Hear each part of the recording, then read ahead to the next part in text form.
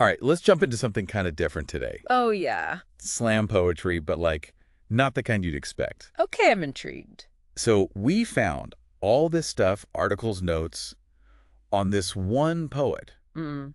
And this person, let me tell you, they are not holding back. Interesting. I mean, their first line is, you know what's wrong with your generation? You think depression is an aesthetic accessory. Wow. Right. Like, talk about a strong opening. It's definitely attention-grabbing, that's for sure. It's like they're calling out this whole, like, romanticizing of mental health thing. Yeah, that performative sadness you see so much of, especially online. Exactly.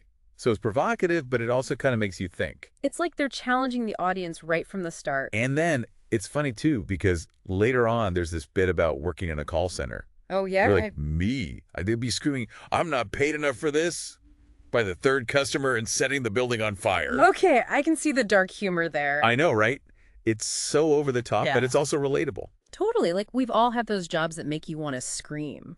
But they take it to this whole other level, and it's like weirdly cathartic. It's that release of frustration, but through this exaggerated, almost absurd scenario. And I think that's part of what makes this poet interesting.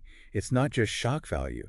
There's this truth underneath it all. That honesty, that willingness to say what a lot of people are thinking, but maybe wouldn't say out loud. Yeah, exactly. And it makes you want to hear more, even if it's a little uncomfortable. So they're playing with that tension, that push and pull between what's acceptable to say and what we're actually thinking. And speaking of pushing boundaries, this poet, they really lean into this whole villain persona. Oh, really? Saying things like, I'm the guy you'll never be, the guy who doesn't need, likes to feel alive. Huh. That's a bold choice. It's like they're almost trying to antagonize the audience on purpose. Well, it definitely makes them memorable, that's for sure. It's like they're not even trying to be likable. They're just putting it all out there. So it becomes less about being liked and more about making a statement, forcing people to react. Yeah, exactly. And, I've seen other slam poets use this kind of persona before. Right.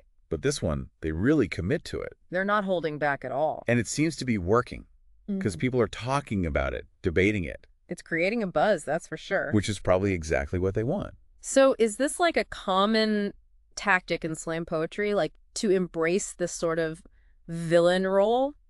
I've seen it, but not quite to this extreme. Interesting. It makes you wonder if it's all part of a bigger strategy, Like maybe it's a way to disarm the audience or make them more open to the message. Yeah, maybe it's like a Trojan horse for deeper meaning or something. It's like they're using that persona to get your attention first. Right. And then they can slip in these really insightful lines. Yeah, like almost sneak them in under the radar. There was this one I kept thinking about, comparing depression to a Gucci belt. Oh, yeah, that one was good. So simple, but it really hits you. It's like they're pointing out how mental health can become a trend, Totally. Like it's something to show off instead Yeah. of something you're actually struggling with. And it makes you think about how we talk about these things, how language can be used to trivialize serious issues. Like almost make them into a fashion statement. Exactly. And this poet, they're using language to cut through all that To get to the real heart of the matter. and not shying away from strong imagery either. Oh yeah, like that line about love being like a kebab with extra hot sauce. You enjoy it in the moment, but man, are you going to regret it later. Right. It's funny, but it also stings a little. It's that combination of humor and truth that I find so effective. Yeah, they're not just telling jokes. They're using humor to make you think about the human experience, the messy parts, The parts we don't always want to admit to. but that are still so real. And I think that's what good art does, right? It makes you feel something, makes you question things. It stays with you. And this poet, even the ending of their performance, is designed to leave you with something to think about. Oh yeah, that last line. Totally a mic drop moment. What was it again? I'm just better at accepting my own crap. And maybe you should try that too. Because life's got plenty more crap for you to eat. Huh. That's bleak, but also kind of true.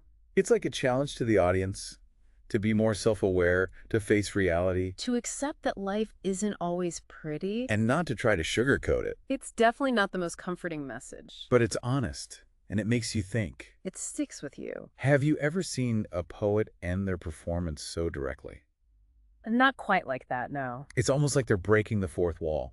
Yeah, like they're speaking directly to each person in the audience. And I think it works because it feels so personal, like they're sharing a hard-earned truth. It's like they're saying, look, this is what I've learned, and maybe you can learn from it too. And maybe it'll save you some heartache down the road. Right, like, learn from my mistakes, the crap I've had to eat. It's a different way to connect with an audience, Definitely not your typical feel-good poetry.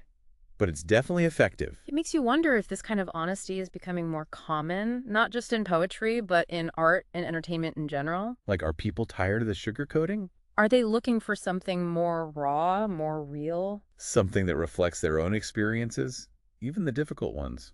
I think there's definitely a shift happening. Like, people want to see their own struggles reflected back at them.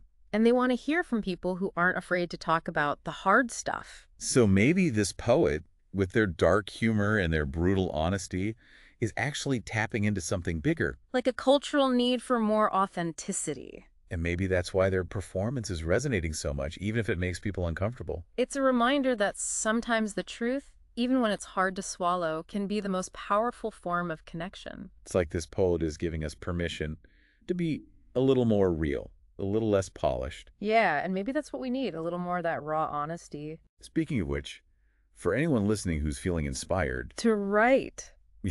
maybe try their hand at slam poetry. I know I am. I came across this book. It's called Poetry Master Poesy Craft in 7 Taken. Catchy title. Right.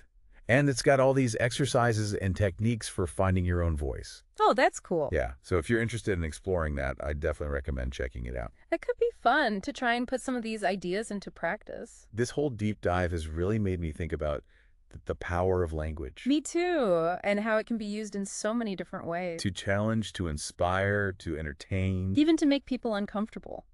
It's been a wild ride, that's for sure. We've gone from laughing to thinking to, I don't know, feeling a little bit exposed, maybe. But in a good way, I think. Yeah, like a good wake-up call. So what about you? What's the biggest takeaway for you from all this? I think for me, it's that idea of embracing your own style, Yeah, even if it's not what everyone else is doing. even if it's a little rough around the edges. I love that. Because sometimes those rough edges are what make you unique. And they will make people pay attention. Exactly. It's like this poet, their honesty, their willingness to be different, that's what makes them stand out. So maybe the lesson here is don't be afraid to be yourself. Don't be afraid to experiment, to push boundaries. Find your own voice, your own way of connecting with the world. And who knows, maybe you'll even make a few people uncomfortable along the way. But that's okay. Sometimes a little discomfort can be a good thing. It can make you think, it can make you grow. And it can definitely make for a more interesting slam poetry performance. Right. Well, that about wraps up our deep dive into the world of slam poetry and this, let's call them a unique poet. We've covered a lot of ground. From performance techniques to the power of honesty to, even the strategic use of being a bit of a jerk. It's been fascinating, and I hope it's given everyone listening something to think about. Maybe even something to write about. So go out there, find your voice, and don't be afraid to use it. Until next time, stay curious and keep those words flowing. And remember, sometimes the most powerful words are the ones that make you squirm a little. Later, Gator.